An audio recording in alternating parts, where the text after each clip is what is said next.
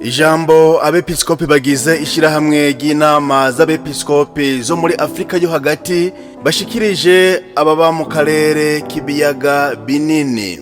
Abo bepiskopi bagira bati haraciye imyaka irenga 30 akarere kacu gahanzwe n'ihungabanya ry'amahoro ku nzego, ku ngero zisumbasumbana mu kibano no mu buyobozi bw'ibihugu gushika naho bivyara amatati aguma yisubiriza hagati y'amareta y'ibihugu vyacu.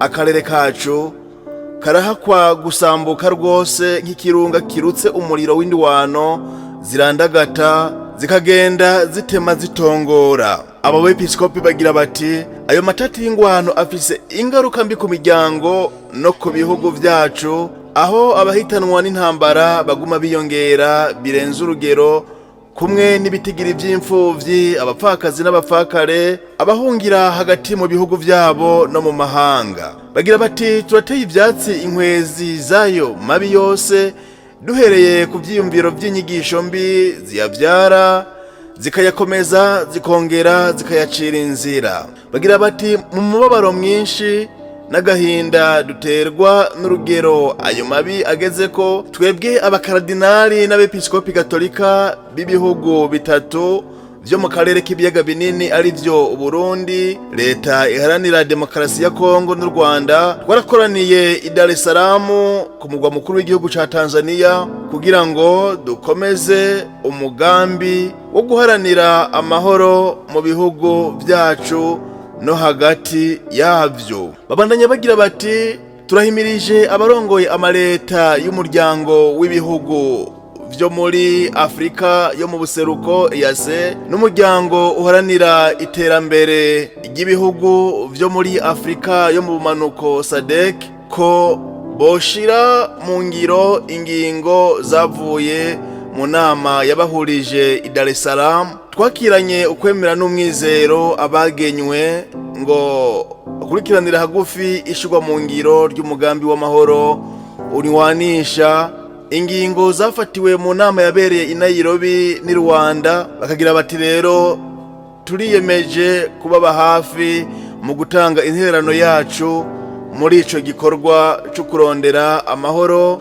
narirya gisanzwe kiri mu butumwa bwo kumenyesha inkuru nziza. Batwifuza ko mu bihugu vyacu inkota zahora zisasika inganda zocugwamwo ibigwanisho biteza imbere akarere kacu, nk'uko tubisoma mu gitabo c'umuhanuzi Isaya ikigabane ca 2 akarongo ka 4. Bagira rero bati turashigikiye igikorwa inama y'abepiskopi gatolika bo muri Kongo Senesco kumwe n'urunani rw'amashengero ya Kristo muri ico gihugu ECC bariko bararangura barondera ko hoshigwaho amasezerano aharanira amahoro yo kubana neza n'abandi muri Kongo. Kumwe n'urunani rw'amashengero y'abakristo muri ico gihugu ECC bariko bararangura barondera ko hoshigwaho amasezerano aharanira amahoro no kubana neza n'abandi muri Kongo nyene no mu karere kacu kose, nkako bafashije ishirahamwe ryacu ry'inama z'abepiskopi gatolika zo muri Afrika yo hagati gushira mu ngiro umugambi wayo wo kurondera amahoro muri ako karere. Abepiskopi bagira bati none rero turahamagariye abakristo bose kugira gwabo uwo mwitwarariko wo kurondera amahoro, nitugamburuke ingingo y'urunani rw'inama z'abepiskopi gatolika bo muri Afrika na Madagascar muri kino gihe kiroranye cikarema.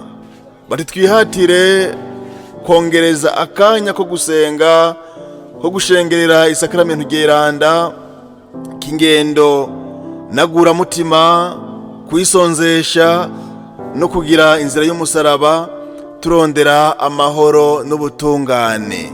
Abepiskopi bagira bati turerekeje ijambo ku bihugu, ku mashirahamwe mpuzamakungu hamwe n'inani mpuzamakungu z'ubudandaji, tubasubiriramwo iryo umuvyeyi wacu Papa Francisco yavumereye igihe yagira urugendo rw'ubutumwa i Kinshasa muri Nzero Ruhuhuma 2023 ati nimureke gusahura Kongo, nimureke gusahura Afrika, nitwemere ko akarere kacu kaguma ari ikirimbiriro ry'abagenzwa n'umwina w'amaronko no kugwanira inyungu zabo gusa, bigatuma ubukene bwa bene gihugu baho buguma bwiyongera. Bagira bati mu karere kacu hariyo ugutinyana hagati ya bamwe n'abandi. Bati turiyamirije rero ivyiyumviro n'inyigisho bisasira indava ubwicanyi byibonekeza hamwe hamwe, tugasaba ko haba amatohoza yimbitse kubivugwa ko muri kano karere kacu habaye ibyaha by'ihonyabwoko, ibyaha by'intambara n'ibyaha bihohotera agateka kakirimwa muntu byamaze kwiha inkumbi, hanyuma n'abahohotewe barenganurwe mu gateka kabo no mu burenganzira bwabo.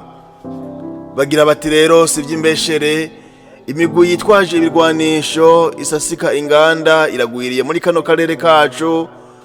Abari muri yo bati tubasaba kuvavanura n'ingendo igayitse yo kurondera kuburanira ivyo baharanira bakoresheje ibirwanisho byica abavukanyi babo. Abepiskopi bagira bati dusavye kandi amaleta ko yoshira imbere ukwicara hamwe nabo batavuga rumwe bakaganira ivy'ubuyobozi by'ibihugu byabo ku neza ya bose. Ngiryo rero ijambo inama nkuru y'abepiskopi bagize ishirahamwe ry'inama y'abepiskopi zo muri Afrika yo hagati bashikirije aba mu karere.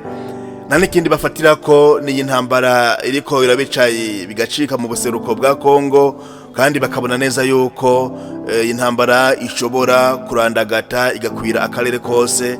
Murumva neza yuko iri jambo abepiskopi bashikirije ari jambo by'ukuri gihumure rigomba gufasha abantu kugaruka bakiyumvira kugira ngo iyi ntambara ntishobore kurandagata. Twibaza neza yuko kuri televiziyo umuvugizi abo iryo jambo ryega igihugu ca Kongo nabo bagwana ababifise mu ijambo biravugwa igihugu c'u Rwanda yuko bogerageza bakaja hamwe kugira ngo iyi ntambara ishobore guhagarara. Nta vyiza vy'intambara, intambara yamye isasika inganda. Barakoze rero abepiskopi kuri jambo, twibaza yuko rizogira impinduka nkuko vyamye iyo abungere abepiskopi bavuze ijambo amaleta n'ibihugu bamubagira ico barivuze ko. Niri rero bazogira ico barivuze ko noneho iyo ntambara ishobore guhagarara.